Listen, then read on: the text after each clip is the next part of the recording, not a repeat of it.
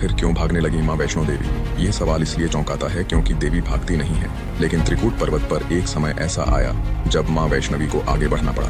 एक बार की बात है, त्रेता युग में धर्म और भक्तों की रक्षा के लिए माँ वैष्णवी ने मानव रूप धारण कर त्रिकूट पर्वत पर कठोर तपस्या शुरू की। उसी समय महादेव का एक गण था, भैरव, तंत्र विद्या में सिद्ध, युद्ध में उग्र और स्वभाव से अत्यंत क्रूर माना जाता था। जब उसकी दृष्टि तप में लीन माँ पर पड़ी तो वहाँ भक्ति नहीं जागी, बल्कि एक गलत सोच ने जन्म लिया कि इस दिव्य शक्ति को पाया जा सकता है, साधना की वस्तु बनाया जा सकता है।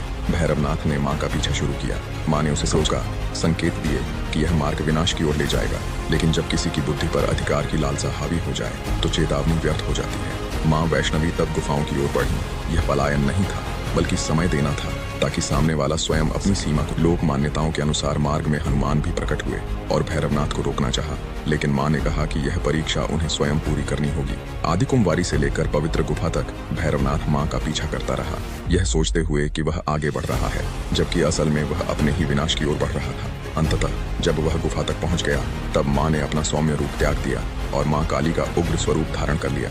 चारों ओर भयानक ऊर्जा फैल गई और दोनों के बीच भीषण युद्ध शुरू हुआ। भैरवनाथ तंत्र विद्या में निपुण था, इसलिए साधारण प्रहार उसे समाप्त नहीं कर पा रहे थे। तब माँ ने अपना त्रिशूल उठाया और एक निर्णायक वार में उसका गला भेद दिया। तांत्रिक शक्ति के कारण वह तुरंत नष्ट नहीं हुआ। उसी क्षण भैरवनाथ को अपनी भूल का बोध हुआ। उसने समझ लिया कि वह देवी की शक्ति को परखने नहीं, बल्कि अपमानित करने चला था। कटे हुए सिर के साथ उसने माँ के सामने हार मान ली और क्षमा याचना करने लगा। तब माँ वैष्णवी ने अपना सबसे बड़ा स्वरूप दिखाया, करुणा। उन्होंने भैरवनाथ को क्षमा कर दिया और वरदान दिया कि वह उनका द्वारपाल बनेगा, और जो भी भक्त माँ वैष्णो देवी के दर्शन करने आएगा, उसकी यात्रा तब तक पूर्ण नहीं मानी जाएगी जब तक वह भैरव बाबा के दर्शन न कर ले। इसी कारण आज भी माना जाता है कि वैष्णो देवी यात्रा का समापन भैरव बाबा के दर्शन के बिना अधूरा है। दोस्तों, वीडियो अच्छी लगी हो तो कमेंट में पूरे दिल से लिख दो, जय माँ वैष्णो देवी। आपका बहुत बहुत धन्यवाद।